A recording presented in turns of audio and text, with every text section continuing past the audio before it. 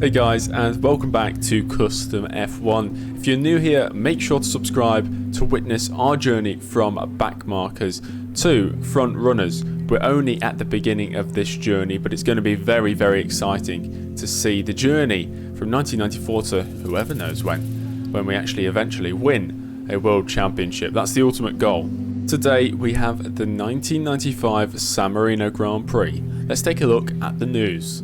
Zomba has finally had luck on his side, scoring a brilliant 6th place finish last time out in Argentina. Streamline are reportedly incredibly happy with the pace of the Hungarian. Long may it continue. Jos Verstappen suffered a massive crash on the final lap of the Argentine Grand Prix, which has left him with quite severe bruising and thus will miss out this weekend.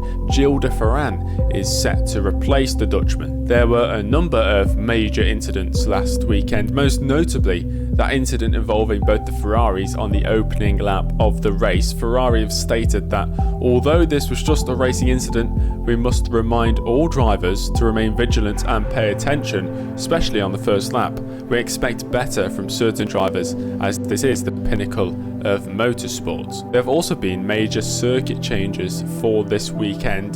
2 new chicanes have been introduced in the attempt to increase overtaking opportunities around the track as well as increase safety. Well, that's all for the news. Let's get right into qualifying. Here we are then in qualifying for the third round of the 1995 season. It's the San Marino Grand Prix, and as seen there in the news section, we have a new layout for the circuit to aid apparently the flow of the circuit and to make it a bit safer for the drivers, as there have been a few big crashes in previous seasons. So the first sector is completely changed, it's overhauled. It's no longer that long straight up towards Tosa. There's now 2 chicanes in the way as we're into Tosa now on the fastest lap of Mika Salo, who we ride on board with as always. The Streamline team, through the first 2 races this season, have scored 2 points.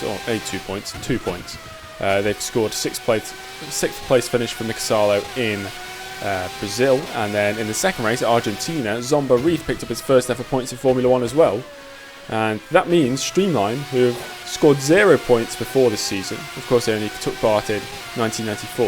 1995 has started exceptionally well. It's been aided through mistakes and retirements from big teams, most notably Ferrari. But you've got to capitalise on the chances you get given, and that's exactly what Streamline have done so far this season. If they can pick up a few more points throughout the duration of the remainder of the season, that'd be absolutely brilliant as they vie for improving on their constructors finish last season, which was, I believe, 10th place. As Mika Salo into the final chicane, this is his fastest lap as he's approaching the line. It's not going to be pole position, of course it's not, but it's an improvement on his previous best, and it's good enough for 12th place at the moment. But where is he? On the starting grid. Here we have the qualifying results for the San Marino Grand Prix. Ayrton Senna claims pole position ahead of arch rival Michael Schumacher. Michael Schumacher on the back of 2 back-to-back victories to start the season. Damon Hill in the second, Williams down in third, and Coulthard in the second, Benetton down in 4th place. Mika Häkkinen, who has had promising pace throughout the season but terrible reliability, he starts from 5th. Home favourite, or Italian home favourite at least for the Ferrari team, Gerhard Berger starts from 6th. Martin Brundle in 7th. Then we have the 2 Jordans of Irvine and Barrichello, with Heinz-Harald Frentzen Sauber rounding out the top 10. Jean Alesi sets off from 11th place, a terrible qualifying for the Ferrari. Mika Salo impressively up in 12th place for Streamline, with Panis in 13th, and another impressive performance from Ralf Schumacher in 14th place. Then we have the debutant de Ferran filling in for Jos Verstappen as he got injured last time out at Argentina, and he starts from 15th place, well clear of his teammate Katayama down in 20th place. In between those 2 Tyrrells we have Mahendra, Bernard, Morbidelli and Zomba. And rounding up the back of the grid, it's the 2 Lotus drivers, 21st and 22nd. Zanardi ahead of Blundell, then the 2 Minardis, Fisichella and Martini. Johnny Herbert in the LaRousse, working wonders with that car and manages to qualify for the race. Jean-Marc Gounon is the sole Simtech to qualify, and that means the 4 drivers knocked out is Hideki Noda, the 2 40s as per usual, and Roland Ratzenberger, who must have had some sort of issue because he's 9 seconds off the pace. Here we are then at the Autodromo Enzo Edino Ferrari, located in Italy, but classed as the San Marino Grand Prix. We have 63 laps ahead of us today, and the weather seems to be dry throughout.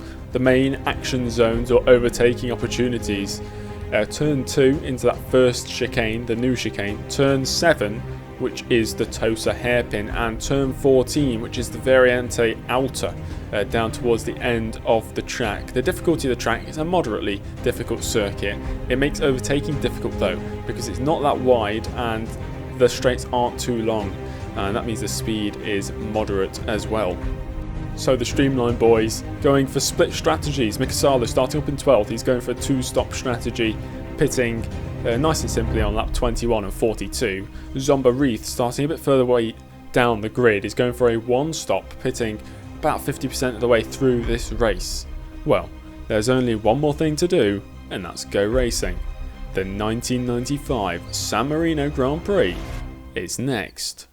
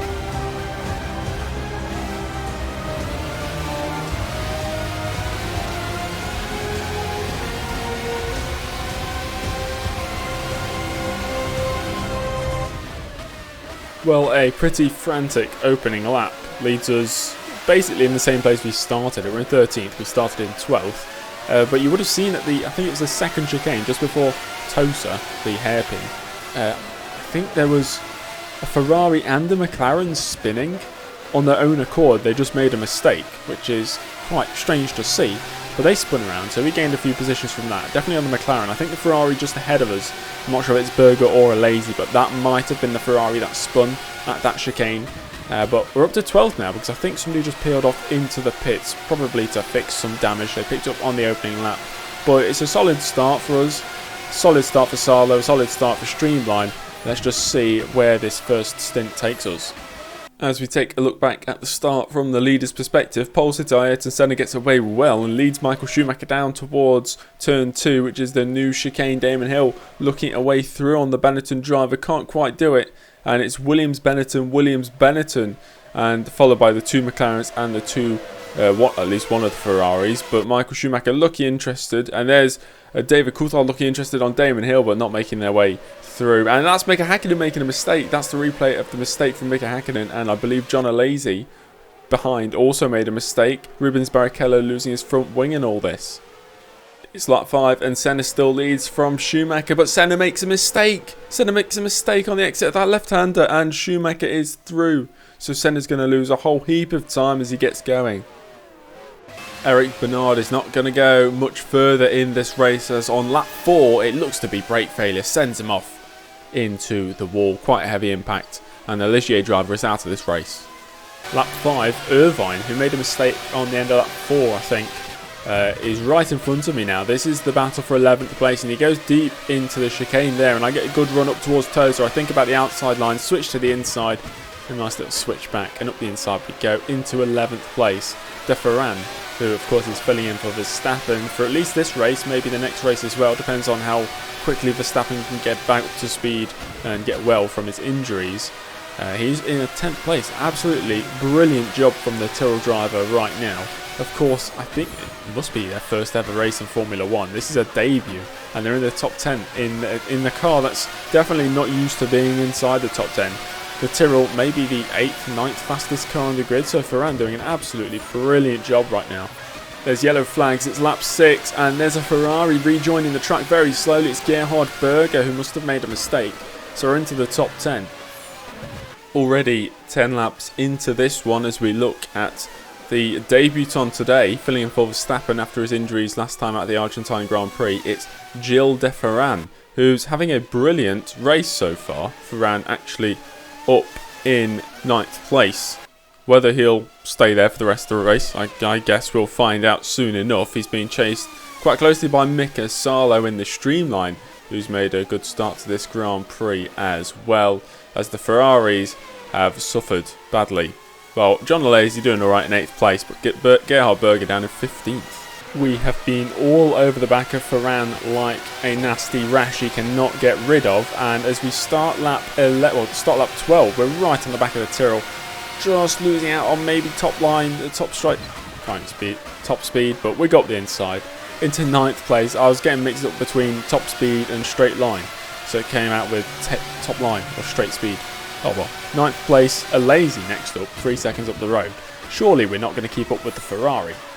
And just as things are looking good, they turn pretty sour pretty quickly as we lose the car under braking.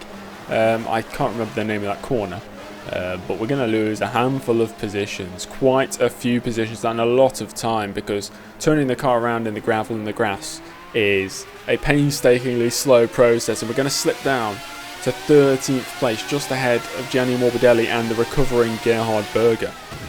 I would like to say Mika Salo was feeling unwell for this race, and thus another spin has occurred.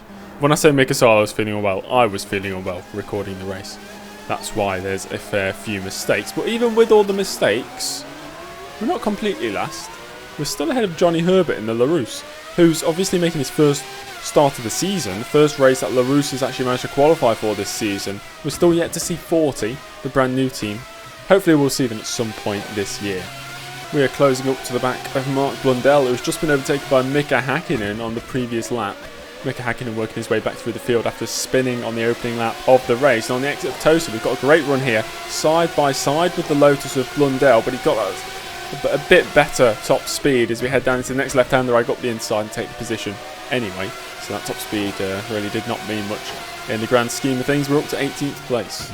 Lap 17, and Hakkinen has just gone into the pits, so we're up to 17th place. But it's time for another mistake, and this one could be quite costly, heavily into the wall. We picked up damage. We can carry on though. I think we've got a bit of suspension damage, so we're going to pit a few laps earlier than we were supposed to. Of course, we were going to go in on lap 21 out of 63, should I say. But instead, we're going to have to pit on lap 17 out of 63. We've been passed by Herbert, who's ahead of Giancarlo Fisichella, so we're down to 20th place. Here we are in the pits. It's going to be a slightly longer stop than usual, possibly, because of the damage we're repairing. Actually, it seems pretty good. 8.8 seconds for the Streamline crew, and Mika Salo is going to rejoin, sadly, last of the running order, and he's got blue flags to make things worse. I think, is that the leader? Well, it's one of the Benettons going through, so we're down to 25th. There's only been one retirement so far, which is pretty good going, considering the season we've had so far. And we're 11 seconds behind the charging Mika Hakkinen. Things just don't look good for Ferrari right now. They had such a bad start to the season, and it doesn't look like it's getting any better here today, as Berger and Alesi are stuck behind the footwork of Gianni Morbidelli as Berger goes straight off the track there. Almost brings Alesi into a fight with him. The two Ferraris colliding would not be ideal, especially considering we are racing in Italy right now. I know it's the San Marino Grand Prix, but this circuit is located in Italy. Maybe they'll score some points today, but they're going to have to do some sort of miracle drive from here on in to score points. And there's been a collision between David Coulthard and Damon Hill as Hill rejoined the track, and Hill is out of the race, and David Coulthard surely sustained a lot of damage there, knocking off his own front wing. But Damon Hill, the Williams driver who was running in second place, is now out of this one, and there's David Coulthard now holding up Martin Brundle and Ayrton Senna. Here's the two Ferraris. And Berger's made a mistake. He spun the car. Oh dear. Oh, he's going to lose a whole host of positions there, and he's rejoined straight in front of Heinz-Harald Frentzen. Oh, he's ruined his race there. Berger's going to retire from this one. And Berger's not the only one that's going to retire. Olivier Panis is about to pull off the side of the track and retire his Ligier, which makes it another double retirement for the Ligier team. Eddie Irvine and John Alesi involved in an incident as well. Alesi's lost his front wing, and Eddie Irvine crucially has lost his rear wing, which means he will retire from this race. And it's lap 23, and Michael Schumacher rejoins from his pit stop, and he is still in the lead of this Grand Prix. His second place belongs to Senna. Lap 24, and there's yellow flags. There seems to be a big incident here involving Michael Schumacher and Johnny Herbert. What's happened there? So this is what happened. Michael Schumacher coming across the start-finish line. Johnny Herbert rejoining the track after his pit stop, so he gets the blue flags, slams on his brakes. Michael Schumacher caught straight off guard. A massive impact. And there's reports coming out that Michael Schumacher has sustained some form of injury. I still can't believe what happened between Schumacher and Herbert, but nevertheless, we've just been lapped by one of the Williams, and that means Jean-Marc Guenon is slowing down. And we're side by side with the Simtek driver, so maybe we can actually pick up a position here. We go around the outside, and of course, I lose the car. Absolutely no surprise there. The form I'm in today is nowhere near the form I'm capable of, and I think that might be my 5th spin of the race. You've missed a couple of them because they weren't that important, only losing a few seconds of time rather than places. But that one was a pretty important mistake to make, knocking the confidence of Mika Salo with still more than half of the race to go. Lap 28, Senna's into the pits. I'm not sure what his strategy is at the moment, but that means Martin Brundle, for the time being, moves into the lead of the race. The McLaren driver looking very strong. We are closing up to the back of Guenon now. I can just about see him as we turn around the turn named Tosa. On lap 29, we go up the hill following the Simtek. The gap is just about 2.5 seconds, but suddenly he seems to have some sort of brake failure, suspension failure maybe, but he's in the wall, and that's a position gain, so up to 18th place. Mahendra, yet again, in the points. He's not the only driver who's shockingly in the points right now. Gilles de Ferran on his debut is in 5th place right now, as we're about halfway through this race. Brundle leads from Senna, Coulthard in 3rd place, and Ralf Schumacher in the footwork up in 4th place. Another crazy race with crazy results, not helped by Ferrari, who are still lingering down in the midfield, Alesi in 13th place. Here we're looking at Mark Blundell, who's driving okay right now, but he's not going any further. That's an engine failure for the Lotus driver. He's out of this race. Lap 38, Brundle still leads. It's looking really good for the McLaren. Oh no, he's made a mistake. He spun the car around. Oh dear, and that might give the opportunity to Senna to overtake. Brundle had such a commanding lead of this race, and he was on a similar strategy to Senna with only one stop left for both of them, I believe. But I think he's going to lose. Oh, and he's lost his front wing. There must have been an incident there as Mika Salo tries to make his way past the stricken McLaren. And Brundle's going to dive into the pit lane then at the end of this lap. And that possibly has cost him a chance at victory, which will be his first ever victory in Formula 1. Moving all the way to lap 40. We've closed the gap to Fisichella and we're up to 13th through everybody going into the pits. So we're right on the back of the Minardi. It was about a 13-second gap after we overtook Guenon. And into Tosa, we got the inside of the Minardi of Fisichella and take that position. So we're up to 12th place. And that's Gilles de Ferran. He's out as well. Oh, he's collided with the stricken cars of Schumacher and Hill. Oh, his debut has gone. Well, it was looking very promising, and now it's all over. We are now on the back of Katayama, but it is time for our second and final pit stop. This time it is a scheduled stop, because we've actually managed most of that stint, as we've just hit a cone, most of that stint without making many mistakes. We've had a few here and there. It's been a really troubling race for the amount of mistakes we've made. But hopefully this final stint, as we've grown into the race, we've grown in confidence as well, and the consistency is building, so maybe this final stint can be much more consistent and mistake-free as we rejoin in 13th place. So by pitting later than a lot of other drivers, we've gained a lot of time. We're ahead of Martini. I think we're ahead of my teammate as well, Zomba Reith, who is now just behind Martini, I believe. So we're in 13th place. We've been behind Zanardi since coming out of the pit, so that's about 6 laps now. I just don't have the straight line speed to get past. I don't know if we're still carrying a bit of suspension damage, which is like irreparable, considering we have made contact with a wall or two today already, but I just can't get close enough to Zanardi to make a move. We've got a handful of laps left in this one. It's lap 50 out of 63. Senna leads from Brundle. Coulthard still in third place, and Ralf Schumacher, who we're looking at right now, still in fourth, who's on course to possibly score some points for footwork today. Kaya Mahendra, ever present in the points this season, in fifth place, and Rubens Barrichello, who scored points last time out, he finished second, almost won the race last time in Argentina. He's in sixth place right now. The F1 Challenge gods have been listening. Zanardi makes a mistake out of the left-hander, and I take advantage of that and move up ahead of the Lotus driver. So we're up into 11th place. So it's been a good recovery drive considering the amount of mistakes we've made today. I would have never expected that we'd be on the brink of the top 10 about 20 laps ago, but we are. It's lap 50 out of 63, so good 12 or 13 laps to go in this one, and a lazy ahead in 10th place, 12 seconds up the road. Let's see what sort of pace we have. It's lap 60, about to start lap 61 out of 63, and we've closed up to the back of the Ferrari of John Alesi. We've been pushing absolutely crazily as we crossed the line to set a 34.3, which is actually the fastest lap of the race. So we've got ridiculous pace in the car right now. Alesi's been held up there by the Tyrrell of, I'm not sure which Tyrrell, Katayama or Ferran, and we've got a couple laps to make this move, and if we do manage to make this move, it would be a fantastic recovery from what seemed to be at one point a really poor race. We could potentially finish in 9th place here, as Alesi either going defensive or going offensive. I'm not quite sure. He's defending from me but attacking the Tyrrell ahead at the same time. We're getting so close to the Ferrari ahead. We just need to seem to find a little gap that we can dive up the inside. And there's Alesi making a mistake. He's gone wide. So this is our chance. We're side by side with the Ferrari. We're ahead just about. We're still side by side. And he's hit me. He's hit me. And we spin off into the gravel and make contact with the wall. And there's damage to the car.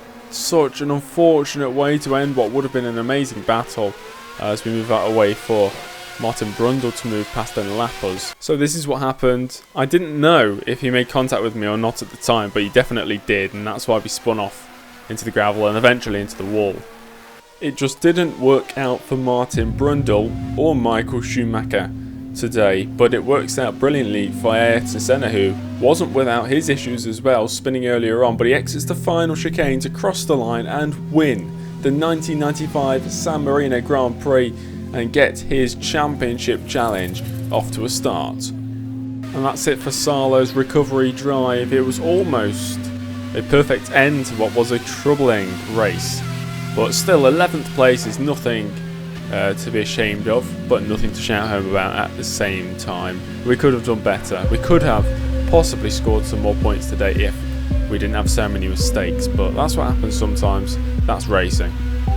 And here we have the results for the San Marino Grand Prix. Ayrton Senna wins in the end after Martin Brundle makes a huge mistake which cost him his first ever victory in Formula 1, but he still finishes in second place.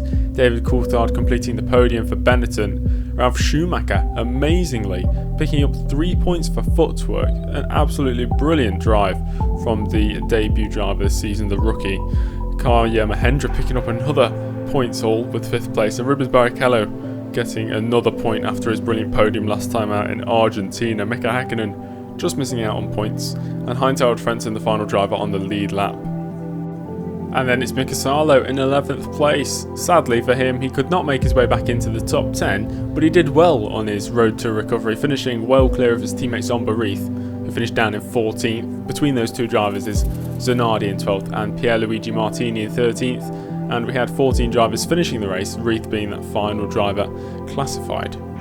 We did of course have some big retirements, including Michael Schumacher, the championship leader, colliding with Johnny Herbert in the LaRousse making their first race start of the season. Damon Hill was another big retirement earlier on. And as you can see there, Mika Salo with the fastest lap, the first ever fastest lap achieved by Streamline Engineering as a team.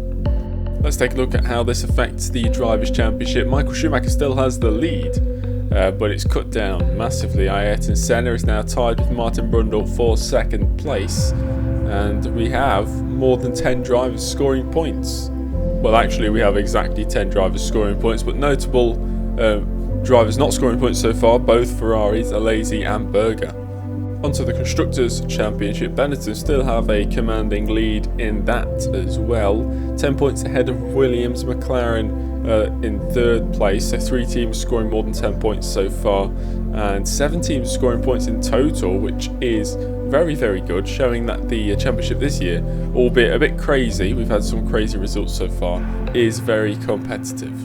And a quick look at the team update. The morale for both drivers is looking okay. Of course, we didn't have the results that we wanted from this race, but it hasn't affected the drivers too much, and the team finances, as always, are looking positive, moving from 158,000 to 173,000. And the next race is the Spanish Grand Prix. Well, thank you for watching, guys. I hope you enjoyed this one. If you did, make sure to subscribe, give it a like, leave a comment down below as well, and I'll see you in the next one. Goodbye.